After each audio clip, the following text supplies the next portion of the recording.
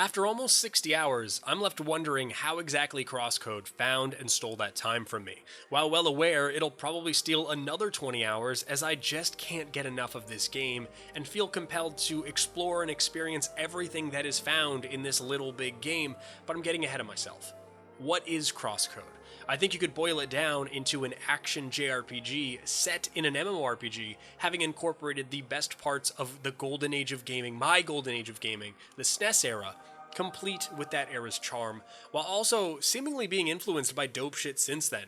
It's a game that reminds you of the best parts of games that you love, while simultaneously feeling fresh.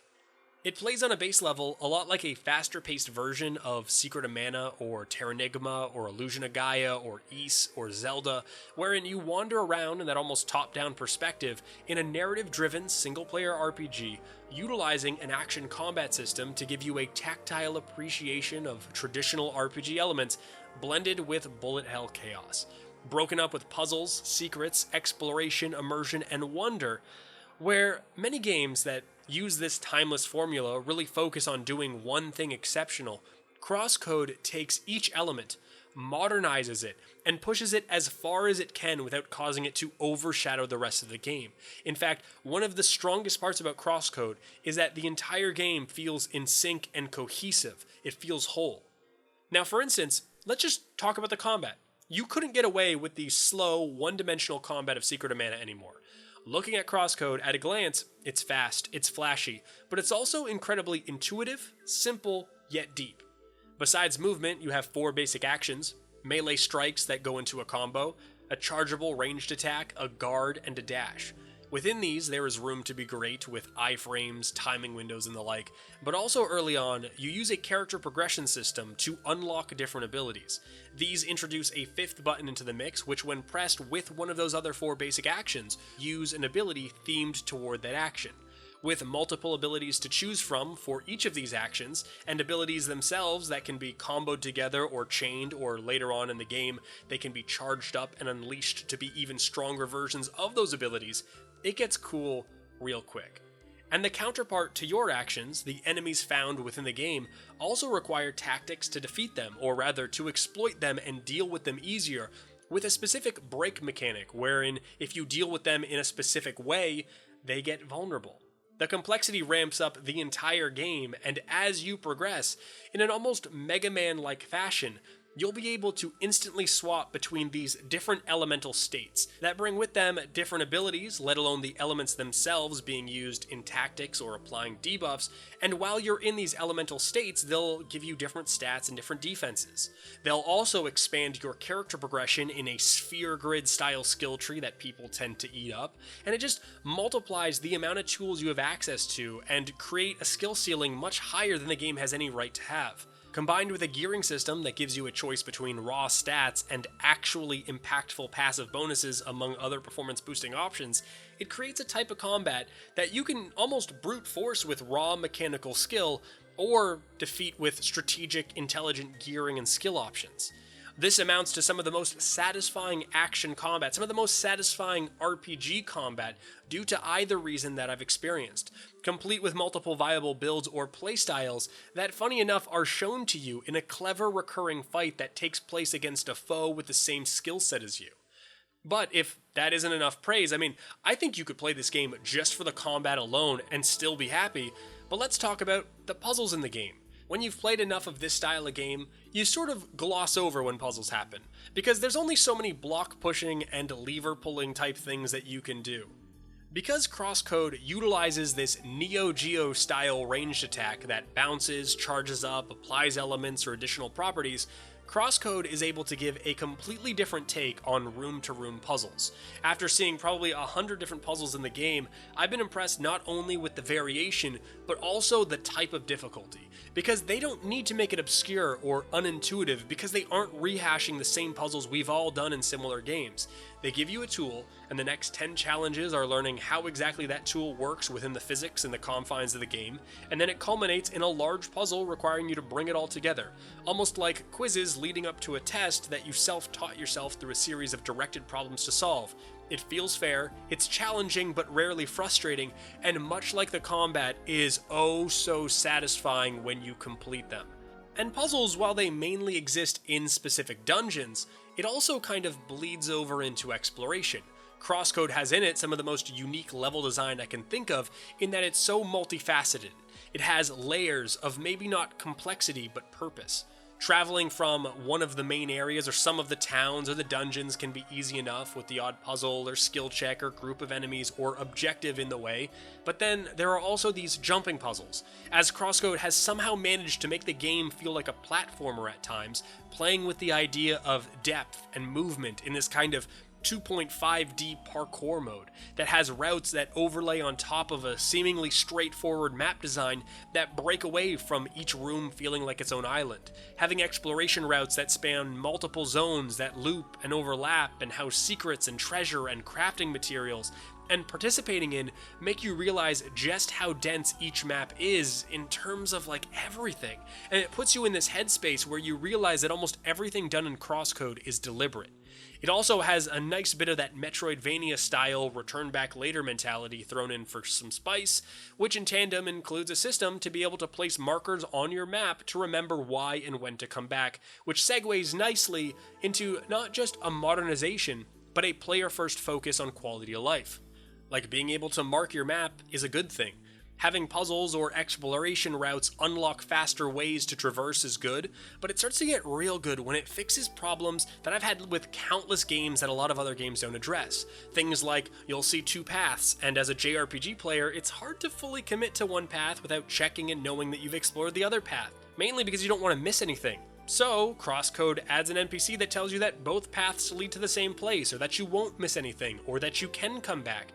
How about adding a level of detail to recapping not only the story with the latest dialogue between characters that may actually allow you to jump back into the game, not feel lost, and not just want to start a new save if you just haven't played for a week? Or an options menu that has so many options for the type of game it is that it's crazy. I mean, I have always wanted in every single game I play a way to turn off the HUD and have screen-based effects to like let me know if I'm close to dying. I want as little on the screen as possible, and this is the game that I find that stuff in. Not to mention that the UI or the RPG menuing systems and the data resources and data collection that the game has is some of the best I've seen in a long while. There is just so much thought put into the game to eliminate friction points or places a player may get frustrated, as well as just tons of depth that's there if you want it, that you often find yourself pleasantly surprised with the way that they handle even some of the smallest things. Now, the theming of the game is important and should be mentioned. In CrossCode, you're playing a character, Leia, in an MMORPG. I find that most people kind of roll their eyes when I mention this, like, oh, so it's like Sword Art Online or .hack, and sometimes it's rather difficult to convince them that this isn't the story, it's the theme, much like if the theme was post-apocalyptic survival, or Greek mythology, or World War II. It's just the lens the story is told through, which works really well for an RPG because they can bend a phony fourth wall to give information and connect with you, the player, through the game, and not just random out-of-place tutorial pop-up windows. The game is almost aware of itself and is allowed to make almost meta-commentary without breaking immersion or plausibility, so it can maintain its integrity as a story and as a world, and comment on why you respawn after death, why water is deadly to you, or why you level up, or how skills work, or class structure, or any number of RPG tropes that are never addressed usually, and also goes full whimsy, and you have a parrot with a machine gun, or a snowman with a bazooka, or a robot sloth with a katana, and not compromise immersion. And hell, they'll even throw in dialogue where the characters or members of your party will comment on that stuff explicitly. It aids the game in delivering this endearing kind of charm, as well as a narrative or even just statements meant for you to connect with the game. You're going to connect with the player anyway because it's an RPG, but you connect with the game, and then sometimes you find these like meta commentaries on the state of MMORPGs or online gaming in general, let alone the weird satisfaction you get if you're an MMORPG player when you're just playing CrossCode and you add your first player to a friends list or join a guild or go on a raid. And this theme is a very popular and getting more popular subgenre found in anime, kind of being stuck in a game world. That is cool just on its own because it's a unique layered way to tell a story, and sometimes it can be done poorly and sometimes it can be done well. I find CrossCode does it real well. Stories are subjective, I haven't seen how it ends yet, but so far no complaints. I really like that due to some reasons that you'd find out if you play the game, you're basically a silent protagonist, but are still very involved and not just a spectator to the story, and with some very fancy sprite work, they're able to get across a ton of messaging and emotion for your character and your place in the whole game with very, very few words. Content-wise, CrossCode has so much and yet doesn't fall into the typical MMORPG trope of repeating the same stuff. Interestingly, I'm closing in on that 100% completion, and it'll be the better part of 100 hours, but I also still feel like the game itself is lean.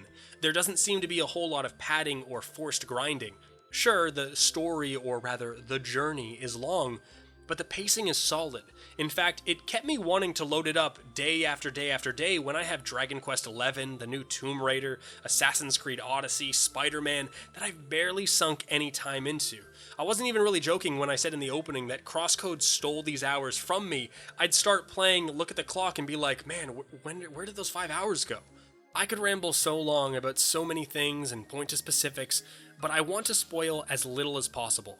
CrossCode manages to achieve a level of polish that is rarely found in indie games, especially ones that are throwing back to the old 16-bit era, which for a game written in HTML came as a surprise to me, and as a lover of not even a subgenre of RPGs, but just of RPGs, impressed me at every turn.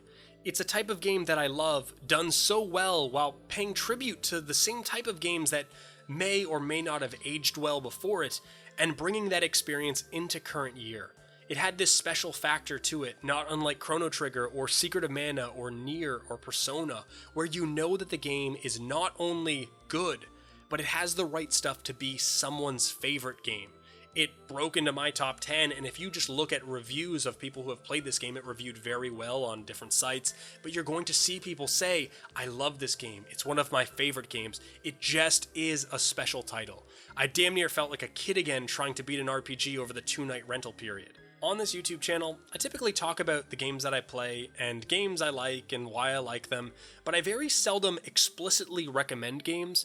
But I wholeheartedly recommend CrossCode for RPG fans, and luckily for most, there's a demo. Which, for even easier access, because the game is made through HTML, there is a web demo. No download, no Steam required.